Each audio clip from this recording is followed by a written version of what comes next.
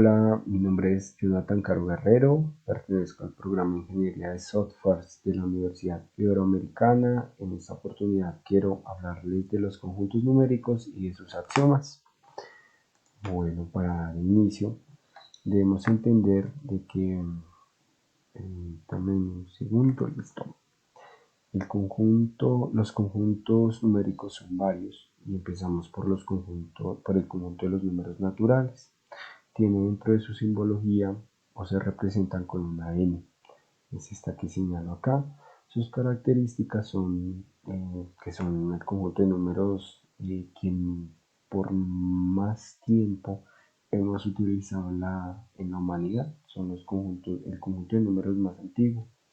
Una de sus características elementales es que con este conjunto podemos hacer sumas y multiplicaciones y restas y divisiones siempre y cuando cumplan con dos particularidades, que sea un número entero su resultado y que sea un número negativo, ¿sí?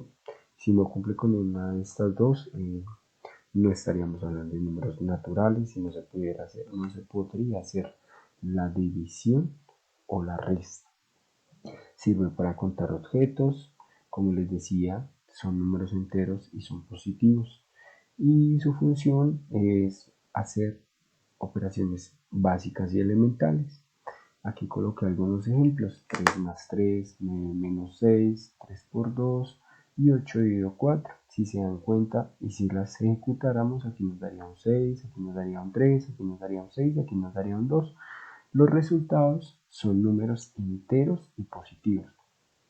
Continuando, pasaríamos a los números enteros. Este conjunto ya contiene a los números naturales, o sea, ya contiene a los números enteros positivos.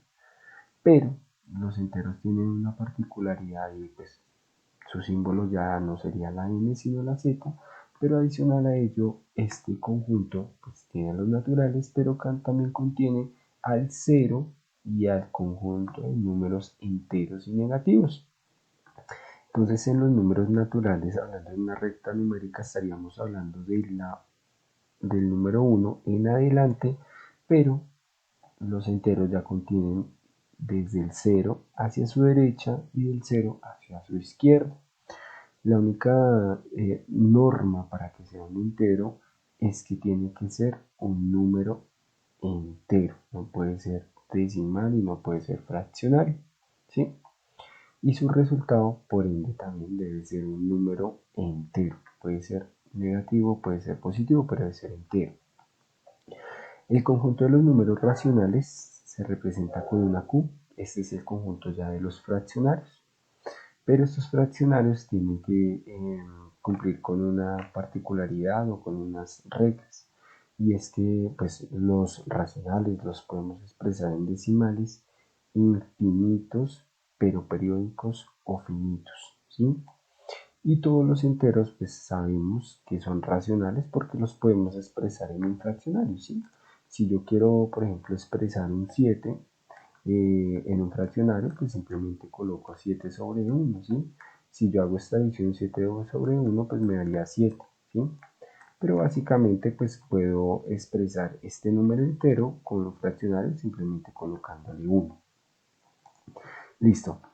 Volviendo a este punto donde decimos que los racionales los podemos expresar en decimales infinitos, pero periódicos o finitos.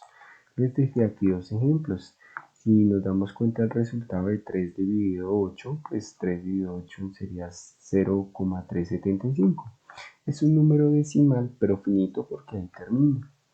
O también podemos encontrar estos ejemplos donde podemos, por ejemplo, dividir 1 dividido 7 y nos va a dar un número infinito, pero periódico, ¿sí? Su resultado es 0,1428 57 14 28 57 y ahí continuaríamos de manera infinita 14 28 57 14 28, pero si nos damos cuenta hay una parte donde el número se repite. El número hasta aquí podría decir que sería infinito, pero aquí se repite esta secuencia y se repetiría continuamente.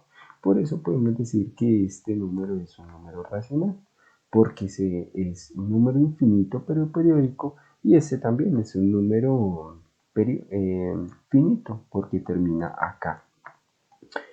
Bueno, hasta aquí podemos entender que los racionales contienen a los enteros, que a su vez los enteros contienen a los naturales. Continuando con nuestro conjunto de números, encontramos a los números irracionales. Los números irracionales ya son un poquito más complejos, es el conjunto de decimales que no tienen una notación periódica, o sea, no se repiten, así como este ejemplo, y que no se pueden, por ende, expresar en una fracción. Aquí les dejé el claro ejemplo o el que más reconocemos y recordamos que podría ser pi.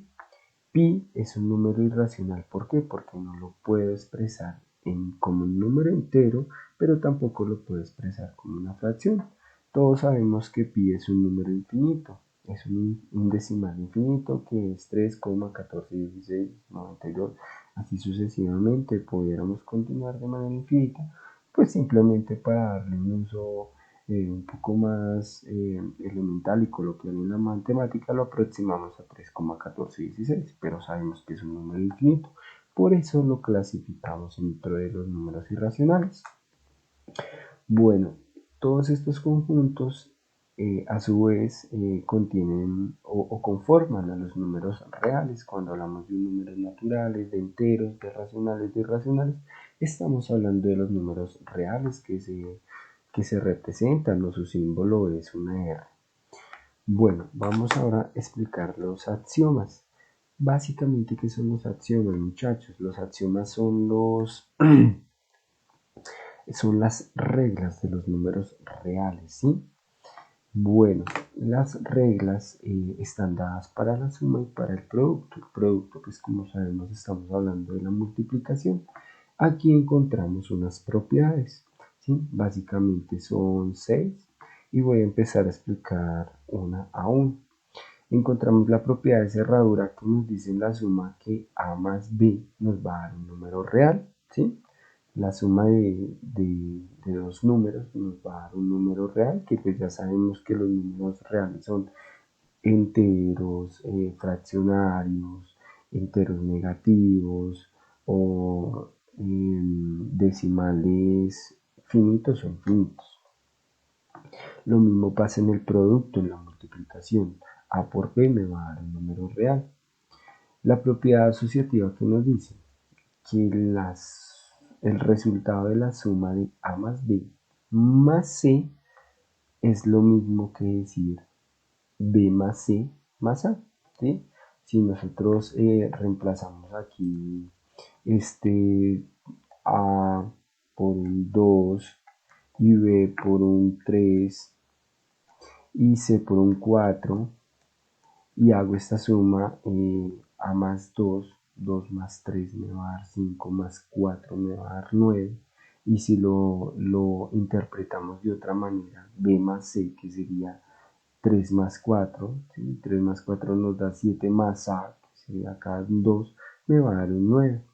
Eso dice básicamente en la suma la propiedad asociativa, y lo mismo ocurre en la multiplicación o en el producto. Si yo reemplazo, vuelvo y reemplazo un 2, el b lo reemplazo por un 3 y este resultado lo multiplico por c, que lo reemplazaré por un 4.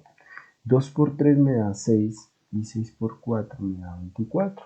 Lo mismo ocurre en esta interpretación de la propiedad asociativa. Dice que A por B por C me va a dar lo mismo que B por C por A. Entonces B por C sería 3 por 4, 12 por A. Bueno, entonces por 12 por 2 me daría 24. Si se dan cuenta me da 24 en ambos sentidos de la propiedad asociativa. La conmutativa es la que más solemos escuchar en nuestro diario vivir, que básicamente nos dice que eh, el orden de los factores no altera el resultado, el producto, y sí, a más b me da lo mismo que b más a. Entonces, si yo multiplico 5 más 6, me va a dar lo mismo perdón, si sumo 5 más 6 me va a dar lo mismo que 6 más 5. En ambos casos me va a dar 11. Y lo mismo ocurre en el producto de la multiplicación. Ahora sí, 5 por 6 me va a dar 30 y lo mismo que 6 por 5 me va a dar 30. Los neutros, muchachos, básicamente aquí hablamos de neutros, es encontrar un número que sumado a más otro número me dé a en la suma. Pero en el producto, en la multiplicación, es encontrar un número que multiplicado por a me dé a. Entonces, en suma serían los ceros y en el producto serían el 1, perdón. Entonces, si sumo en neutros, no sé, 6 más 0, pues me va a dar 6, ¿sí? 0 sería el número neutro que sumado con a me va a dar a. 6 más 0 me da 6. Y en el producto, pues, haciendo el mismo ejercicio con el 6, sería 1. 6 por 1 me va a dar 6. Es un número, encontrar un número que multiplicado por a me dé a. Entonces en este caso sería 1. Y los inversos es encontrar un número que me dé 0. ¿Sí? Entonces aquí el inverso sería a directamente, pero con un símbolo totalmente opuesto. Entonces si hablamos de 7 se me ocurre, entonces 7, pues ahí el inverso sería menos 7. 7 menos 7 me va a dar 0. O si hablamos de un menos 7, por ejemplo. Si hablamos de un menos 7, el inverso de ese menos 7 sería un 7 positivo. 7 menos 7 más 7, pues si llevo 7 manzanas y sumo 7, pues quedaría en mi resultado inverso, que para la suma sería 0. En el producto estaríamos hablando, esto acá, en el producto estaríamos hablando que el inverso sería por 1 sobre a, ¿sí? Es encontrar un número que multiplicado por a me dé 1. Entonces aquí ya tenemos que cumplir con los factores. Entonces, no sé, voy a darle el valor a de 8. ¿Sí? Entonces, si yo multiplico 8 por 1, ¿sí? Me dice el axioma que debe ser por 1, y lo divido entre 8, eso me va a dar 1. ¿Sí? Ese sería el inverso. El inverso es multiplicar por 1 nuestro número o a y dividirlo por a. ¿Sí? Entonces si hacemos esta operación, pues 8 por 1 sería 8 por 1 sería pues 8, y si dividimos 8 entre 8, pues me va a dar básicamente el resultado que esperamos, 1. Bueno, continuando con el ejercicio y ya para terminar, tenemos también la propiedad distributiva. ¿Cuál es la particularidad de esta propiedad? Y es que conjuga la suma y la multiplicación. Aquí básicamente nos dice la propiedad que la suma de b más c por a es lo mismo que hablar de a por b más a por c. Entonces voy a reemplazar rápidamente. A le voy a dar un valor de 7, a b le voy a dar un valor de 4 y a c le voy a dar un valor de 2. Entonces si yo hiciera esta operación directa así, 4 más 2 me va a dar 6, 6 por 7 me va a dar 42, ¿sí? Pero si yo multiplico así como dice la expresión, que es lo mismo a por b más a por c, si yo multiplico 7 por 4 me daría 28, más 7a, que sería 7, y c sería 2, 7 por 2, 14, sería el resultado de esa multiplicación, y si sumo 28 más 14 me va a dar 42. Si se dan cuenta, entonces se cumple la propiedad distributiva. Bueno, muchachos, espero haber sido muy congruente, muy explícito y muy claro en el ejercicio. Es algo muy sencillo, muy elemental. Esto es las puertas para ingresar a la matemática elemental, y espero que les haya gustado mi video. Un fuerte abrazo y muchas gracias por su atención.